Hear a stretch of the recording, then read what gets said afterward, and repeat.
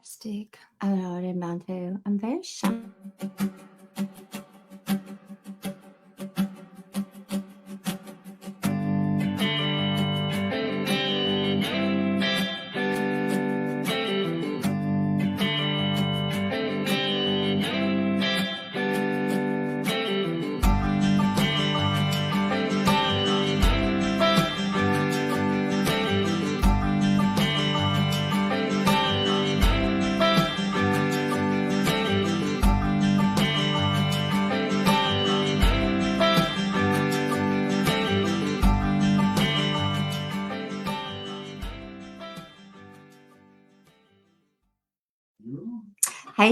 Hey, this is Amber And Kristin. with Long Branch Talks.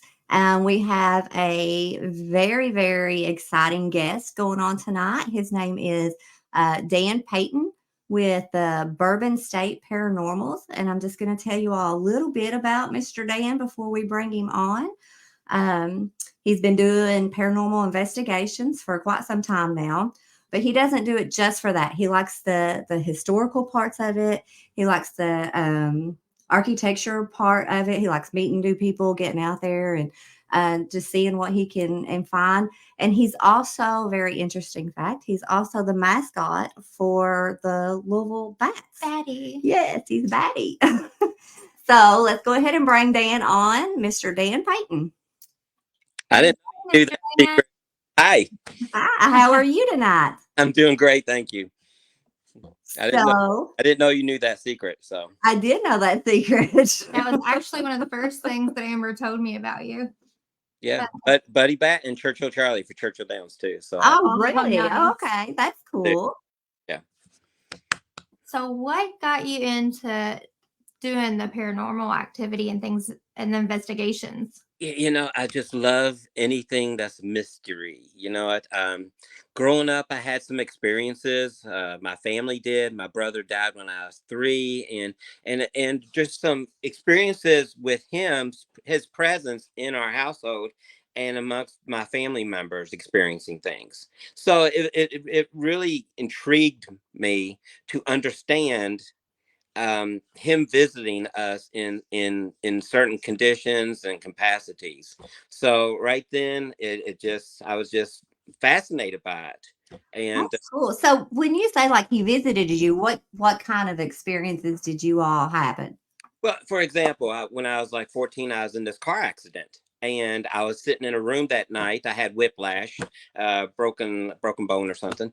And my dad came to me the next day and says, "Did you notice anything last night?" I said, "No." He goes, "Well, I sat there and watched your brother sit next to you all night taking care of you." Oh, wow. That is very interesting. That is. I didn't sense him or anything like that, but my dad witnessed it. And my mother had, instances, my sisters did, so it's just fascinating. He passed on, but he's still part of the family. And that's one thing people need to realize. Somebody passed on their loved one, keep their memory alive, talk about them. I talked to a beautiful lady last week after our podcast, and talking about her son. He is killed on a motorcycle accident 10 years ago. And I said, "Thank you. By you sharing his memory with me, I feel like I know him now. And I know his story and his legacy." And that's what you do. You want to, keep people per se alive, but you want to talk about them and share their stories with loved ones and other people. Keep them present with you while they're, and they always say to look for like different signs, like a cardinal. I know my kids, my oldest 2 kids, their dad passed away in March of 2020, and we've noticed this big red cardinal that's so bright, and my ex-husband always had to be seen. So we always say that's him coming to visit, but my kids, they get so much comfort from seeing cardinals now. Well, and see, like my father passed away, and it's pennies for us. There we had, pennies. So we had one of our family friends said that if you find a penny, in an unexpected area, it's a loved one letting you know that, they're with you, they're thinking about you, they're there. And I'll tell you some crazy stories. I mean, that to me is true, because I would be so aggravated or frustrated over something, and did a penny just be at my foot that would not be there before, and it's just showed up, and I'm like, okay, Daddy, I hear you, I see you, I know. That's beautiful. When my mother passed away, she passed away about 6 years ago, and she always loved rainbows. And Mm-hmm. on the way from the funeral home to the church, I had the radio on. Ronnie James Dio, Rainbows in the Dark played. Oh, wow. Oh. Heard it forever. And then my son had a baseball game that night, and right above the scoreboard, a rainbow appeared right above the scoreboard. And it's just like, there are signs that your loved ones give you. It's like the pennies and the Mm-hmm. cardinals. You just have to be open-minded and look for them and think about your loved ones. I mean, I've heard people with butterflies and stuff like that. So that's beautiful. Yes. That's beautiful. Yeah, we were actually told my kids that something that made them think of their dad was trains. And he's actually buried really close to a train track. And it seemed like every single time we would go to his gravesite or anything, the train would go by in LJ right Mm-hmm. behind by Little Ricks and stuff. And it's not a very busy track, but it seemed like every single time we go, the train would be on the track. Or you'd hear the train horn blow or things like that. And so my kids, they've always looked for those awesome signs to let them know that their daddy's still present in their lives. I think it's awesome. And I think it gives a lot of people, I don't want to say relief. That's not the word that I'm looking for. Comfort. Yes. Yes, it's very comforting. Yes. What is one of the scariest places you've actually investigated? Oh, wow. You're going scary now. Yes. It's strange. One extreme to the next. Yeah, we can be in the fields all day, but nobody wants to get upset. So I mean, it's strange because the haunted places you go to, there's a reason why they're haunted. Some type of event might occur. Maybe it was some type of event. An insane asylum. But there's also places like your place, and yeah, because you investigated us. Happy places, and yes, people loved those places, and they're still there because they love the location, and those are happy places. But probably one of the scariest places was the Indiana State Sanatorium, and the experience we had was. Now, wait, I'm going to interrupt you. What is the Indiana State Sanatorium? What is that? It's an old abandoned hospital. Oh, okay. West of Indianapolis. Okay. It's in the middle of nowhere. They do private investigation tours. The owners do now, but it's probably going to be condemned very soon. It's falling apart. Oh, wow. It's a shame, but the money that we paid to do this investigation goes to help the preservation of the facility, which we always want to help preserve. We tired of tearing down these facilities. They're just so beautiful architecture wise, and the stories behind them. Somebody was there that it meant a lot to them, and I got other stories where people are still at locations because it meant something to them. But that night at Indiana State Sanatorium was late February, and it's chilly, and it's a beautiful night, and there's 6 of us, and it's in the middle of nowhere. I mean, nowhere. The closest town was like 5 miles away, and I think that would be creepy for Creepy me. enough. Yeah, creepy enough. it's always creepy. But you know what? What's creepy is people, not ghosts. And y'all, exactly. That's what. Yeah. I always say I'm not scared of the spirits or the ghosts. I'm scared of the living. you never know who's there. Mm-hmm. And we thought there could be somebody living in this facility that we're not aware of, watching our moves and stuff, and that's what that kind of scares us. But it's 2 a.m. and there's 6 of us, and we were in the entry, I guess, of the hospital, with a beautiful staircase that went up and then around, and there's 3 floors, and we were on the middle floor. A beautiful staircase, and the lobby area where we were sitting, it was totally dark. 2 a.m. You couldn't see your hand in front of your face. It is so dark, and two investigators were on the steps. Then the four of us were in chairs in a circle, probably about 10 feet across, 15 feet across from each other. And like I said, we couldn't see each other. My niece was directly across from me, and she kept getting cold chills. So I had to flare on her, and, just seeing if there's any type of temperature change around her. And I said, there's nothing there, Jennifer. I'm watching you. There's nothing there. Well, nothing's happening. So we go around, and, one thing we do is these places and the inhabitants of these places, they're not a sideshow. Okay. And that's what I stressed to other teams. They're not a sideshow. They're not there to perform for you. Right. They're people. Treat them respectfully. Treat them like people. We ask, is anybody here? What's your name? But if they don't want to talk, we don't provoke them or anything like that. We just go about our business. And so many times we go to places where they are more interested in us than we are in them. It's funny because they would come and approach us, these ghosts and the spirits, wondering, why are you here? What do you want? So we get a lot of that feedback actually by way of spirit boxes, EVPs, and communication with our medium and so forth. But we're sitting there and nothing's happening. So we're talking. It's family. We're having a good time. We're joking. We're laughing. It's like, yeah, nothing's happening. We're just going to be a family and just, play around and mess around. Then all of a sudden we hear this door slam. And we're like, okay, door slams. All right, we acknowledge you're here. That's cool. If you want to come down and be part of our little bull session, that's fine. But if you don't want to keep your distance, that's fine too. We're just here, we're just here talking. So then about 2 minutes later, and we got all this on recorder. It's really, really, really cool.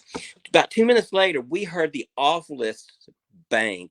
And I took it like taking your bare hand and slapping it against ductwork as hard as you can. It is that loud. Oh, wow. We got a couple choice words on our recorder because we thought maybe there's somebody in there messing with us. So we get up real fast, turn our flashlights on, and we go to where the area was, and there's nothing there. Nothing. So we are sitting there saying, we got to debunk this. So we're sitting there, and that's where I found the ductwork and had people sitting where we were, and I slam, and yeah, that's very, very similar to it and everything. So we left, a couple hours later, and then we listened to our recorders. We had recorders on every floor right there around that staircase. And the loudest recorder was not where we thought the noise came from. It's actually on the third floor. So we went back about 3 months later, another investigation, to prove what was up there. And the only thing that was up there was file cabinets. And we came to the conclusion it sounded like a file cabinet being pushed over. Is that loud? Oh, wow. But to add to the story, which is really, really cool, there was a murder-suicide in the location where this happened, where this noise. Oh, wow. And this murder-suicide is documented. It happened, I think, in the 1980s. And it was in the papers and everything like that. So we start to, dig a little deeper, get names and see what's going on. Well, the word around town was very interesting. It was not a murder-suicide, but a double murder. Oh, wow. Oh. And somebody came in and made it look like a murder-suicide. And that person got away. So we go back with this information after we, found where the noise came from, and we started talking to the individuals with these names. And when we expressed what we felt from the town and the communication we received, it just changed. The atmosphere just changed. It's like they were just like, thank you. Somebody's listening to me.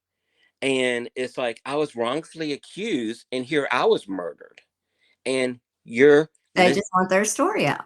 Just wanted their story out. And atmosphere, when we started talking about that, it just lit up, and it was just welcoming and so forth. And so it's pretty cool. It was a very scary experience, but digging deeper into it, there's more to the story than sometimes, and that's why sometimes you get ghosts. They want to come back and tell the truth, and happen and so forth. They So want to be heard too. That's how I feel. I feel like they want to be heard too. Yes. Which exactly. we've actually, Amber and I have both been told that by a woman at Long Branch, that she just wants her story told. Get it out there. And it seemed like the more open we were, the more she kind of was okay. Opens up to us, and it's not as okay heavy anymore with her. Because before she would scream at us. Now she's a little bit calmer. They just want their story out. They want to be remembered. They want to make sure you're taken care of, and that you're speaking their truth, whatever that is, their truth. Their truth. And you was talking about the history of this place, because you actually have someone on your all's team that digs into the history, like a historian. She's a historian, I guess, of your all's group. Yeah, Alicia. Yes, Alicia. She did an amazing job finding the history of our place. Told me several things that I didn't know. Yeah, that I had no clue. So I just think that's pretty cool that, that she gets in there and she really digs for the history and the truth of it, of what is. That's what you all are big on, is the truth, what you're actually walking into and what you're, finding out. Exactly. And the stories. There's a lot of stories out there. They always say that like history is written by the winners. So, you gotta have an open mind about the actual stories, and let people and ghosts have their say and their input on, why they're there and what they're trying to convey to you. Now, you said that your family was with you. So is this a family thing? Because I know that your children also do this with you, don't they? My son and daughter and their boyfriend, girlfriend. I got 2 nieces, one niece and her husband, and my nephew sometimes comes, and even 2 of my sisters join us sometimes. My one sister just passed away last year, and but my other sisters occasionally joins us. But we've been to some very, very interesting places and historical places. One of my favorite places is the Belle of Louisville. We're one of the you've very investigated active there. Yeah, I've heard that too. You've investigated the Belle of Louisville twice. It's one of my favorite places. It's a beautiful place. I love it. So when you go in somewhere like that twice, do you get like different things, or is it the same like energy that you pick up on, or how does that work? It's pretty cool. I'm gonna share this with you. When we went to Third Turn Brewery in J-Town, Jeffersontown, and it was a former church. And to build on what you were asking there, it's very interesting because it was a church, and we did all the research and everything on it. In the 1800s, it burned down, so they were rebuilding the church using masonry work. And one of the builders in the 1800s had a young girl, a young daughter, and she would often come and play. And one day a brick fell and hit her in the head. Oh. It didn't kill her, but it did impact her life. So this at this time, she lived, probably, I think, 10-15 years longer. But at that time, she was like 9 or 10, and that's the impact of her life with this place. So she still haunts the place, and we come to the conclusion that she haunts it at that young age, even though she didn't die at that age, because that's when it meant so much to her, because she was watching her daddy build this beautiful church. So we go there and introduce ourselves, and a lot of times they're not open. It's like when we came to your all's place, we're strangers. Right. They want to talk. They don't know who you are. Exactly. But when you're there, they say, "Oh, it's okay. These people are, because Amber's here." They throw stuff across the room at us. Exactly. And it's more comfortable. So we went there a couple times, not much, but we, like the third time we were there, and I could walk in, and we're downstairs and everything. I go, my name's Dan. You seen me before. You know why we're here. We're not going to hurt you. We just want to know your story. Want to, let your story live, and you live with, your favorite things, your colors. What color did you love to play games? Do you have any pets or anything? We just want to share your story and your life with everybody. And at that moment, I felt a tug on the back of my shirt. And you know what? People say they get scared and screamed when they have that type of physical act. I started crying Oh. because this little girl, she knows who I am. She Mhm. me enough to actually say, "Here I am, Dan." Yeah, I'll talk to you now. Yeah.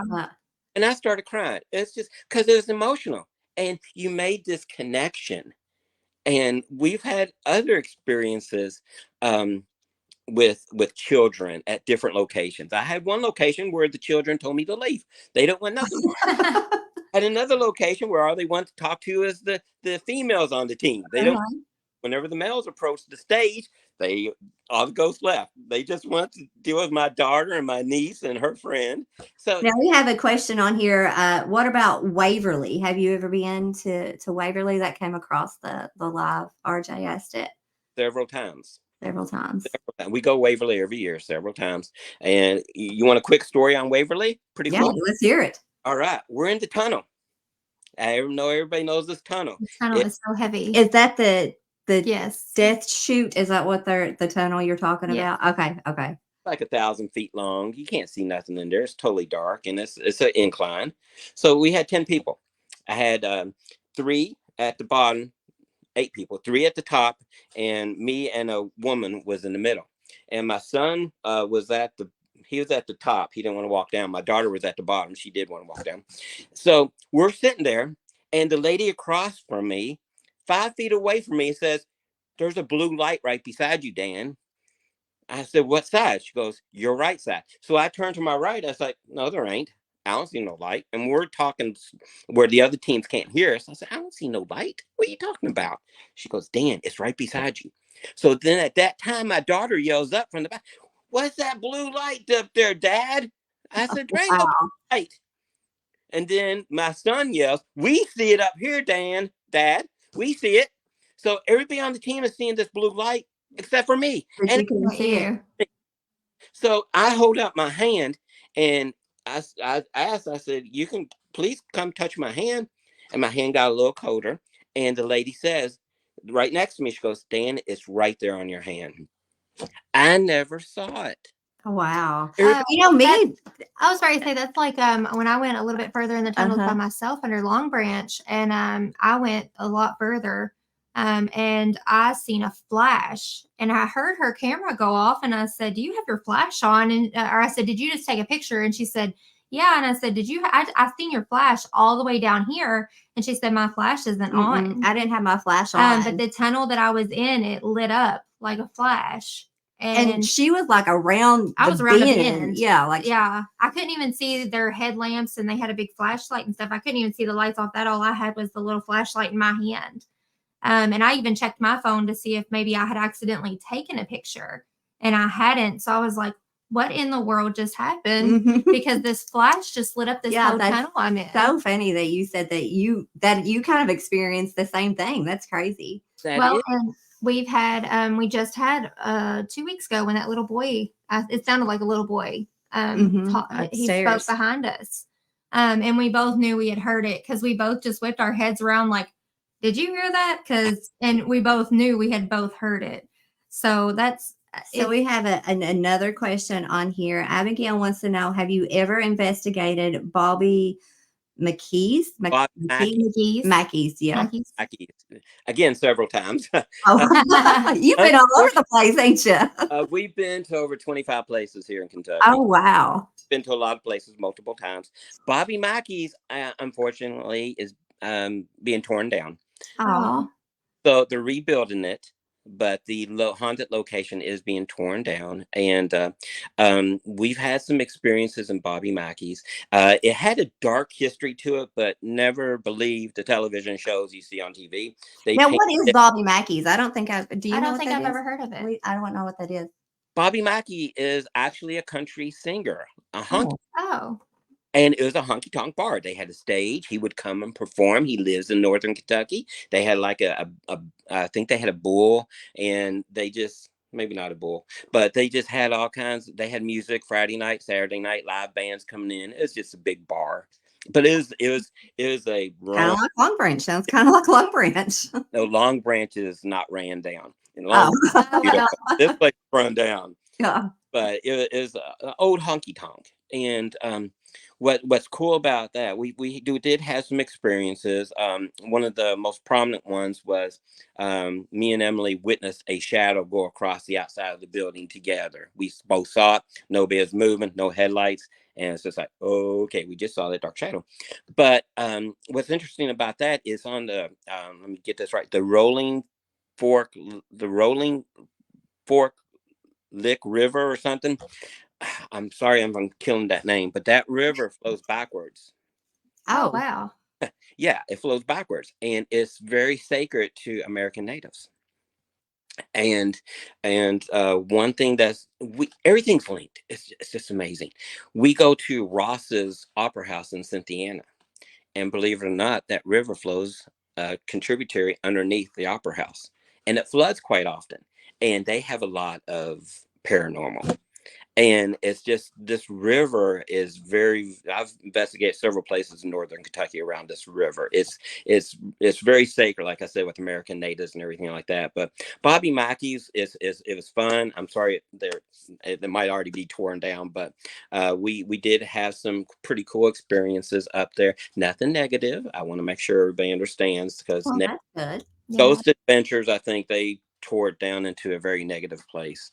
But just entertainers and people that loved the building and so forth that were still there around the area that loved it. So I know I've gone to a place where somebody had committed suicide, unfortunately, and it was very heavy, and just almost like it took your breath away. I actually had to have my husband and brother open the front and back doors to the home so that I could even walk in, because it just felt so heavy and draining.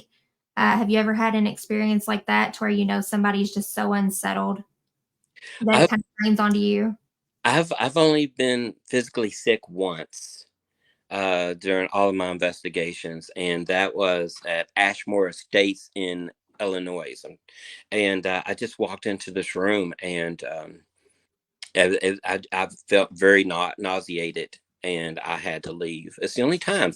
But you do go to certain places where there's been tragic events, and of course we're caring, empathetic people, and it does affect you to where it is heavy and dreadful. There's a couple places at Waverly that are dreadful. I'll be Well, honest. I was gonna say, I know there's one room in Waverly where a lot of people talk about how heavy RJ it is said there. 502, room 502. What is that? It's a room. I couldn't remember which one, but a lot of people talk about how heavy it is. 502. Yeah. Yeah.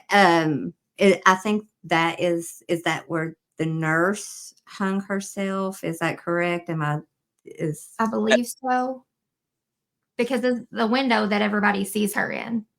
That's the story. Again, that's the story that was Whether or not it's true, it's hard to find put out. out. But I was friends with somebody who's delving deeper into that, and they've came to the conclusion that she was pregnant by and raped by a doctor up there. Oh, so it goes deeper There's a lot than of that. yeah.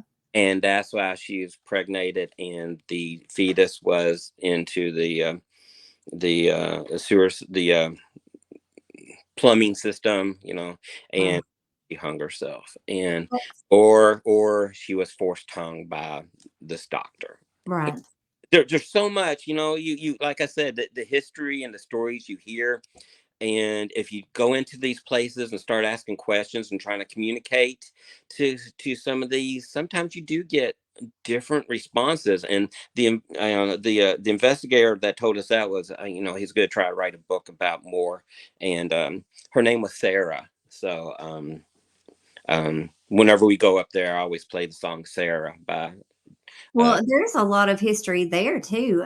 Because I've only been up there one time, because believe it or not, I am a big chicken, and so I don't go. I'm the daredevil. Yeah, I don't do haunted stuff, very well. I can if I don't like jump scares. I should say that. Like, I don't like my garage opening by itself. Yeah, so I feel like I felt like at that time that's what was going to happen, was that people were going to make it more scary. Or like if I go into a place and I'm just chilling and something happens, then I'm okay. But if it is jump scaring, I don't like it. I don't like it at all. I was at home the other night I was crafting in my garage, and it was like almost 2 a.m. and my garage door just opened. So my big door that I pull my SUV in just opened by itself. Like nobody's close to any buttons. I'm the only one in there, and it just opened. And that is the only time that I'm like, okay, you're not welcome. Like Not my house. I don't like this. They always joke that I have somebody that follows me around because stuff always happens around me. And I was like, I think it's because I'm so open to it, maybe. But you it did the right thing. You said you're not welcome. That's all you gotta do. Yeah, that's exactly what I do. Not right now. Okay. Yeah. Please. This isn't the time. Yeah. Now, you have also investigated, like you said, you investigated our place, but you've also done the train museum, correct? Down here in New Haven as well. So how did that go? That's pretty cool. The one of our experiences, which I think is awesome, to get on to board the train, there's like a little wooden platform, like a little deck, and there's metal platform that connects the wooden deck to the actual train entry. So you walk into it, and then there's like 5 or 6 cars you walk through and everything like that. So it's 2 a.m. and we're sitting there in the dining car, and again has spirit boxes, FLIR, and all that stuff, and just chatting and not really asking questions, but if they want to ask, if they want to say something on the spirit box, it would just pop up if they want to communicate with us. Okay. We hear somebody get on the train, walk on that metal platform. Is 2 cars in front of us. All 4 of us heard it. It's clear as day. We heard somebody board the train. So first thing I tell Alicia across from me, I says, "Do you have your mace?" Because I was a person. Right. Yep. I said, "Do you have your mace?" And she goes, "Yeah." I said, "Go on and get it out." So I said, "I'm going to walk up there and just see." I walk up there, and there's nobody there. Wow. They're looking out the window to where you can see it, the platform. The only way out, the only way on, and the only way off, because we felt trapped because we were the only way off is go up there, and nobody got off that train. But somebody, then we sit back down and we get the name Christina on the spirit box, and then we see shadows. I'm not talking out of the corner of eye shadows. I'm talking full blown staring right in the area and Right seeing in your face. Wow. And all of us saw the shadow twice. And up there where we had got Abigail wants to know, what is there anything you can do to prevent from taking things home with you, like from having a spirit attached to you, I guess? Is there any way that you can prevent that or get rid of it if it happens? Or some people burn sage, that's one thing. I was just telling them they're not welcome. Yeah, that's all we do. Say, hey, they're pretty open. I mean, they listen pretty well. I feel like, anyway. Thank you for allowing us being here with you tonight. We're going to head home. You please stay here and don't follow us. Yes. That's it. I mean, honestly, I think I kind of got a sense I was followed one time by a soldier at Perryville Battlefield. I felt like, he was down in my basement, but never bothered me. It's just like, well, they're at their location. They want to be at their location for a reason. Why do they want to go to your house? I mean, that's the way we kind of sense it. But yeah, like you just said, just say, hey, please stay. Don't follow us. Yeah. Well, and it's like, being at Long Branch, the chair spinning and hitting me. And I had been standing there talking forever to one of the bartenders, and all of a sudden this chair just spins and hit me, and I turn around thinking somebody's just hit me from behind, and no, it's the chair. And somebody was like, well, maybe it was because, you just walked up there, the weight spun the chair. And I was like, no, I had been standing there. So that's the chair. If you remember that you put the ball on the little light up thing that was lighting up and carrying on with you when you were doing the investigation over at our place. I'm the one that it spun and hit. She's the one that it hit. That's amazing. See, some people get scared, but I have an experience. I think it's amazing. But even if it's just as simple as her and I both hearing the same thing, or being told the same thing at different times, it's like, how would we have known that unless we both heard or seen it with our own eyes or ears? Because I know a lot of people, they don't believe. And we're open to listen to those people, but there is pictures that I had taken underneath Long Branch, and there is no explanation. There is an orb in the water that I tried to do away with and did everything I could. I changed the coloring and the contrast, and it was blue, like what you were blue. saying was at Waverly. It was blue. And I even actually, for whatever reason, have 2 pictures in the same spot within a minute apart, and because somebody swore it was my flash, and it looked like a cloud in the water. And I was like, no, because this picture is in the same spot and it's with my flash. And I did everything I could to get rid of that orb, and I couldn't. It turned blue. Everything else in the picture turned black, and the orb turned blue. So, but there's things you cannot explain. You can't. And it's like I always say, we're not here to change your mind or to prove to you. I don't care if you believe me or not. I know what I experienced, and it's personal for me. It's to the point where it's an emotional journey. Yes. And you want to be that voice. You want to help those people. Like you said, the one that they said was a murder suicide. Even if nobody else hears you, those family members hear that. And if they believe, that opens them up to understanding, like, it was different than what it was genuinely thought out to be. Yeah. And believe it or not, after we done your place, I saw a cat shadow in my house 3 times. Really? Yes. I'm not That's surprised. crazy. We have seen in the security cameras the little figure that walks. Well, that's what he's talking about, because he's seen the cat that's like right across that pool room with my in the pool room. And now I see it at my house. It's like, oh, you needed a pet. I got enough cats, so We'll inflame you too. It's okay. Yeah. That one can come home with you. We got enough entertainment at Long Branch. So is there anything that you can tell, like if there is a group or just an individual that is looking into maybe starting paranormal investigations? Is there any kind of tips or anything you can give them as to what they need or how to start out or do's and don'ts? Well, I mean, yeah, the very important thing to me is to not provoke, and to be professional, and to treat them as living human beings, because you're visiting their place. Right. Yes. You're the visitor, not them. And to be very respectful as you communicate and talk to them. Like I said, don't provoke. Don't use spirit boards. I'm sorry, I'm not a spirit board person. They open up. You're talking about Ouija boards, right? Yes. No.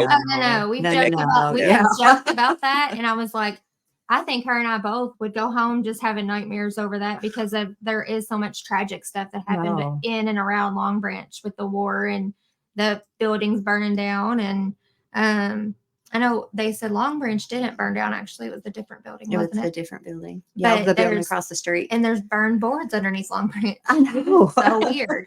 But I mean, you can tell there's a lot of heavy stuff at Long Branch, and I do not want to. Well, there's a lot of history there too. Like you said, I mean, there's a lot of history that in a lot of these places, I feel like.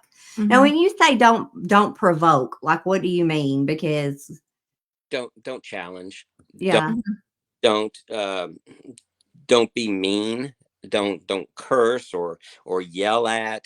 And just treat them like you retreat your mother, or just and like you're going into somebody else's house. I mean, because that's basically you're going into somebody else's home. Spirit is stuck there for a reason. What you're doing. So and if you have like a Ouija board, you could open up something and invite a powerful negative energy in that would take control of the good spirits at your location. If you have children, so many of these places we go to, they have children, and that's what I say. Please, those I treat them like my children. Don't do anything to hurt my children. Right. They're happy there, and the owners of these locations are happy that they're there and they treat them and take care of them, and don't go in there and cause havoc or bring Well, in that's going to. that is that's like the little kid. I feel like it's a little boy that you've had experience with, and now we've both experienced him talk behind us. But it's not it's almost like he wants to interact with us but just doesn't know how, because he's yet to like do anything physically touching us that I know of. But he sure does talk. Just kind of talk. He's a chatty Cathy. He joins right on in. That's beautiful. I mean, and he probably looks at you as mother figures. Yeah, when he spoke behind us, I know it didn't scare neither one of us, but we sure was like, why are you behind us? I said, do you have your phone on? What's going on?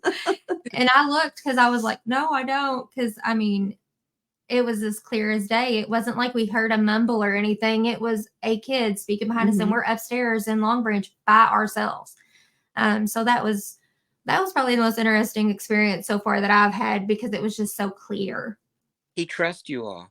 Yes, it's what it feels like. Trust you, and he's going to make himself more known to you all. And it wasn't scary at all. It wasn't scary at all. I didn't told him, I was like, if you want to join in, you better get up here and talk and not be behind us.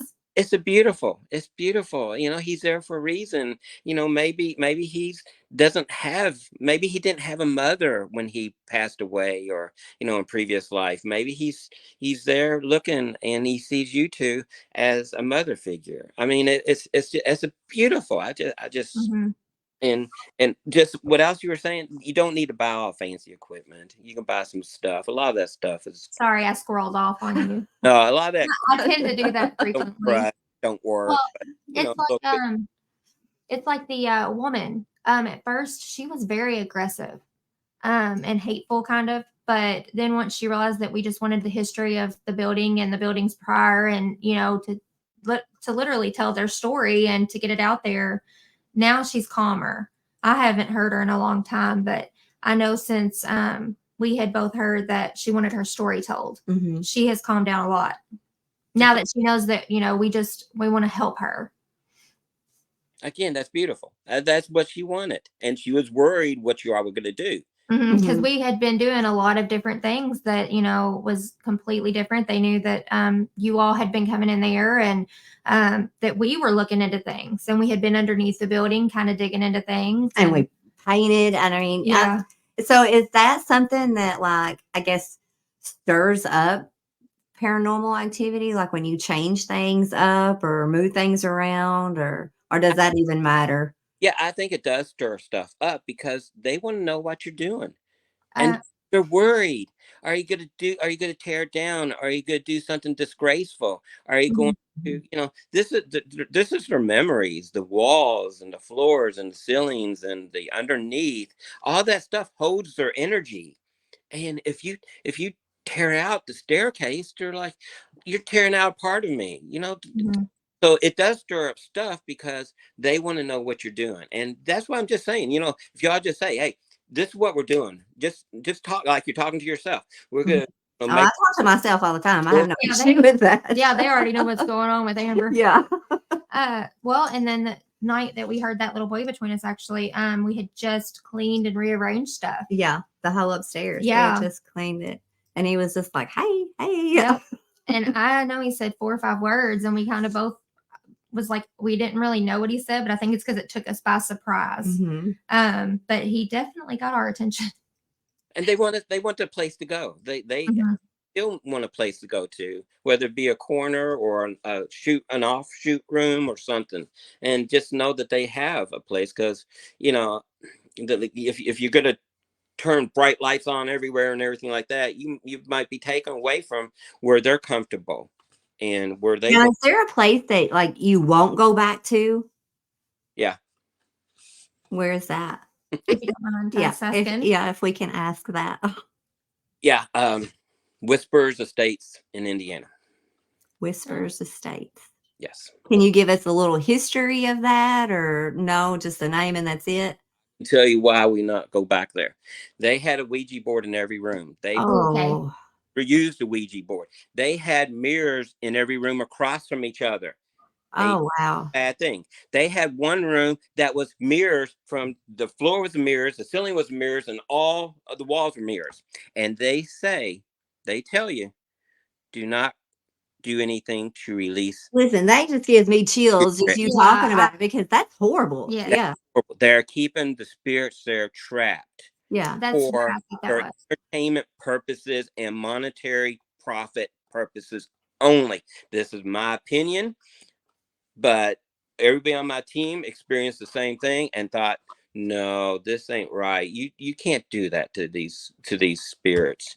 And they invite you to use the Ouija board and invite in more spirits. They want more. And I'm sorry, that's not what I think is. That's sad. That's Yes, sad. And I was that's about horrible. to say, you actually sound like because it kind of aggravates me, because that to me is just keeping them from selfish. Going off passing. I was about to say that, and it keeps them from like the comfort, like being at peace. Yes, being at peace, because when you pass away, you want to be at peace, not stuck somewhere. Yeah, that's my opinion. Forcefully. Strictly. Well, we all have an opinion, and I mean, I agree honestly with your opinion, because it sounds like that's just not a good thing to do. And again, like we said earlier, some people believe in it. Some people are hardcore. No, it's not a thing. My mom used to tickle me because, I would go for years. It just, some for fun, some for serious, but I would go and see mediums, or, go to these haunted places, not a real haunted house. Again, I'm a big old chicken. But when I would tell her this, she would say, "Oh, now, Amber, that stuff's not real. But tell me what they said. Tell me what you were told." It's So, yeah, it is. It's just interesting. My first experience ever with a spirit was actually my best friend from high school. His mother passed away when we were seniors in high school, and it was the weirdest thing, because I was standing in the shower washing my hair, and I turned around, and there she was, and she was just smiling, and it wasn't like scary or anything like upsetting. And I didn't tell him for probably about a month, because I didn't want to upset him. And come to find out, she hated that he dipped tobacco. Yeah. And he actually stopped that very same day that I seen her. Oh, wow. So, and he had it, because of course I remembered the date like it was yesterday. And so I had let him know the exact date, and he said, I actually stopped dipping that day. And she hated that he done it. So that was my first experience with something. Well, she was probably saying, I'm glad. Yeah, it's okay. I'm happy. And I said it was so peaceful that it just wasn't scary. Now we have another question about the Slippery Noodle in Indianapolis. Have you ever been there? No, never been there. Okay, that might be something you want to check into. Heard of it. Yeah. Never been there. We try to stay in Kentucky. We have ventured outside a little bit when we run out of places, but we try to stay in Kentucky. We got some more. I'd say there's plenty There's here. A lot of, yeah. I mean, Bardstown alone has several places. Yeah. Yeah, we the Talbot Tavern and Mammy's. Yeah. Have you been to the Talbot Tavern? And we have. Actually, in July, we rented out the entire Jailer's Inn and spent the night in, and went over to the Talbot that evening. And we also did Wickland, one of the few teams that ever did Wickland. Mm-hmm. What, 3 governors? Yeah. It's a beautiful place. It is. It's very beautiful. Yes. My old Kentucky there. Yes, but I'm still on them. So is there a place around that you are like, you have an aim to get into, maybe giving them a shout out, maybe if they're hearing or know somebody that can share it? Let's get him in there. Let's see if we can get him to investigate. Yeah, we got the Bells Louisville used to be our holy grail. And after sending email upon email upon email upon email, they finally replied. So yeah, a lot of persistence is the key. A lot of places know who I am, but the eventually we're going to get into the Louisville Palace.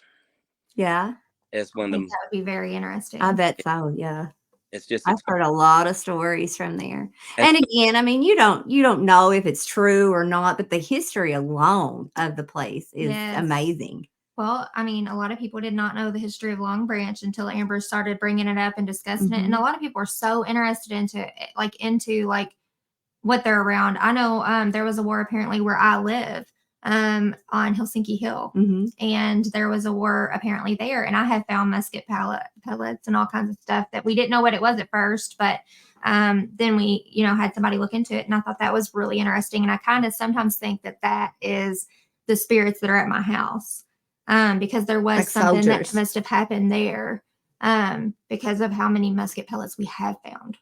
I love history. I'm a huge history buff. Yes. So when Alicia had reached out and was telling me some of the stuff about our place, I was like, oh, tell me more. Like, I want to know, it just amazes me. I love it. Well, one of the coolest places, Morrison Masonic Temple in E-Town. I'm not sure if y'all ever heard of it. I have not, no. But it's an actual Masonic temple that's still in use today. Oh, wow. And they allowed us to come in and investigate, actually in their temple room and everything like that. And we were asking all kinds of questions. It's like, because it's been around for, hundreds of years. I said, what y'all do during the Civil War? I'm sure you had, brother versus brother. You've heard that. You Kentucky Hero. And one interesting story, they said, yes, we had members of the temple that fought for the Confederates. We had members that fought for the Union. And they would hang out a light outside saying, there's a meeting tonight. Everybody would come, check their arms at the door. Then they would conduct business in their lodge.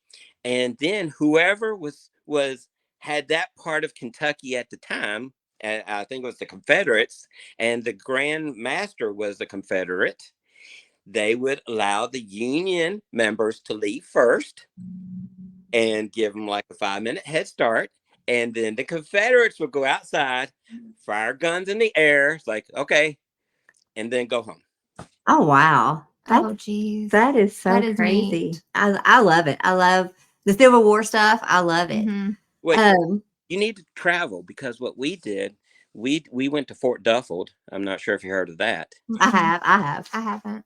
We've investigated Fort Duffield. That's not much, but that's where the Union was building a fort to combat the Confederacy coming up through southern Kentucky. So we went there, and then we went to Perryville, where the battle happened. I love going to that museum. And then the Confederates, they retreated to Bowling Green, where Octagon Hall was. So we went down there and investigated Octagon Hall. And it's so interesting that we followed the path of the armies and investigated during this path. The only place we haven't got in is to Fort Harrodsburg. Harrodsburg, they've promised they'll get us in, but we can't get a date. Well, we were talking about the tunnels and stuff, because there is tunnels under our place, but there's also tunnels under Bardstown, I think, maybe around the tavern. And this story they had said was the yellow house that sits kind of like diagonal across from the tavern. That was the only, and I'm almost positive, Union house in town. Everything else was the Confederate. So they would actually use these tunnels for the Union soldiers to get over to this one house. And that one house was off limits, but those tunnels were used for them to get safely to that house. That's amazing. Yeah. I love this stuff. I do too. I absolutely love it. Well, Dan, we are running up on our hour. It has been great talking to you. Thank you so much for coming on and being our actual first guest on the show. And we would love for you to let people know how they can get in contact with you if they want, an investigation done or things like that. Bourbon State Paranormal Facebook page. Okay. After I corrected it, I'm sorry that I'm sorry my phone fixed the auto corrected that to Bardstown. So you can, if you are interested in getting up with Dan and his team to have an investigation done. Now, do you do personal houses or homes, or do you just do businesses? We have done personal houses and homes, try to help people out, but mostly it's historical sites. Well, if you are interested in having your place investigated, then I highly suggest Dan and his team at Bourbon State Paranormal. Also, don't forget, you can follow on like us. If you have any questions after this goes off, we're on Facebook under Long Branch Talks, Instagram, Long Branch Talks. We're on TikTok as Amber and Kristin. And then we have our regular medias that goes out once the podcast airs. And that'll air on Friday. And I love Um, your all's events at your saloon. Oh, thank you. And the bands you have coming in and everything like that. So it's an amazing place if you're around the Nelson County, right? You still in Nelson? Nelson County, yes. New Haven. Yep. Stop by. Yeah, it's Thank you. We appreciate it very much. And thank you again, Dan, for coming on, and we will talk to you later. Thank yeah. you again. Bye. Bye. Bye. Thank you all for joining in. Yes, we appreciate Dan coming on and talking to us. Some of his stuff has been It's very interesting. Yeah. Yes. And like we've always said, you don't have to believe to listen and understand. And we're very open to those that don't understand or don't believe. And he gave a lot of information about history. Like, Yes. That's my favorite part of it. I love the history. I love the history Yes. about it. Yes. So, like we said, if you want to follow or have Dan doing something for you, Bourbon State Paranormal. And then if you want to follow us, we would really appreciate it. Share our things. We would love to grow and talk about bars, booze, and bikes and everything in between with you all. Yep. And always remember, drink responsible and tip recklessly. Thank you all.